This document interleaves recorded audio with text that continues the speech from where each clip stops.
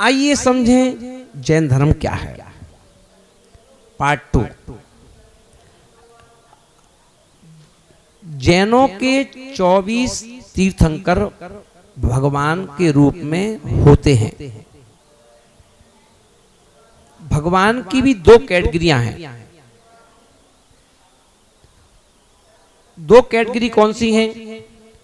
एक तो तीर्थंकर पद को प्राप्त करके भगवान बनना,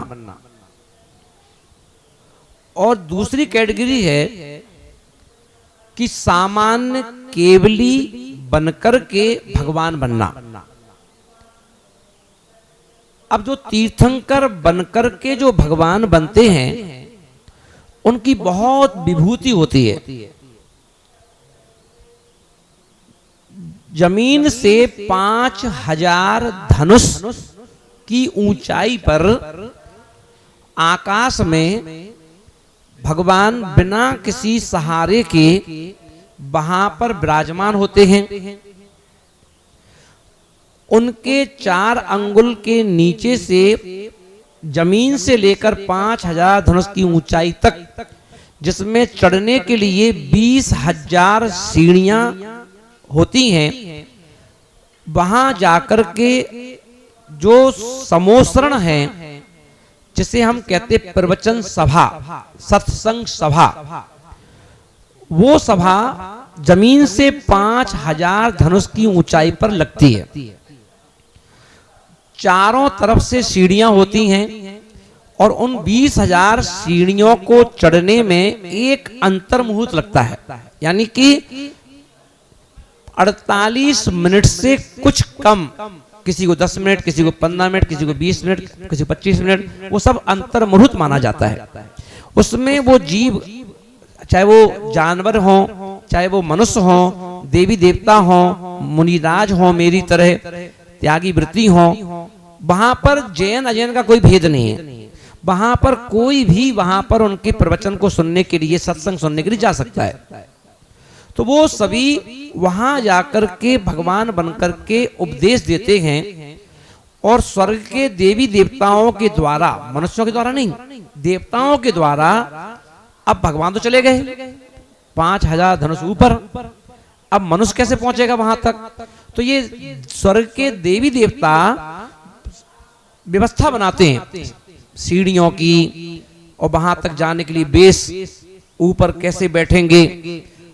तो उन सबको ये सारी की सारी व्यवस्था जो बनाई जाती है, उसको कहते हैं, नाम दिया गया समोसरण। और उस समोसरण में स्वर्ग के देवी देवता भी बैठते हैं, मनुष्य भी बैठते हैं, चक्रवर्ती भी बैठते हैं, और उन सबके साथ वह सभा होती है, उसका नाम है समोसरण की सभा, तीर्थंकर की सभा।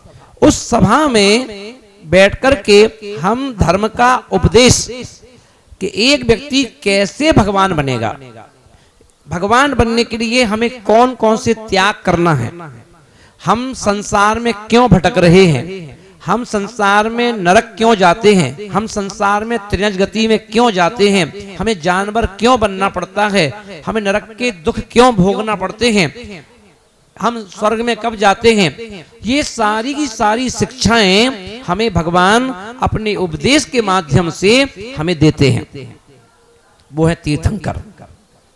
और जब उनका गमन होता है, क्योंकि वो एक स्थान पर नहीं रहते, कभी फिर जब जाते हैं तो वहां से चल देंगे, और चल करके जहां रुकेंगे फिर वहां समोसरण बना दिया जाता है। और वहीं सामान्य केवली कौन है?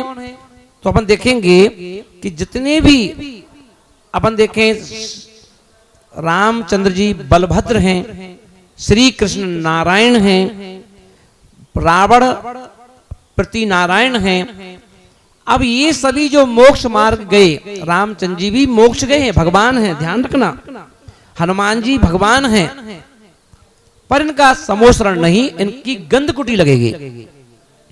गंधकुटी में उनकी धर्म सभा होती है, और ये भी अपने युग के अयोध्या में जन्म लेकर के राजा राम कहला करके सबका दिल जीत करके सबके सहयोगी बनकर के और इन्होंने क्या किया, मोक्ष को प्राप्त किया, वो भी भगवान है।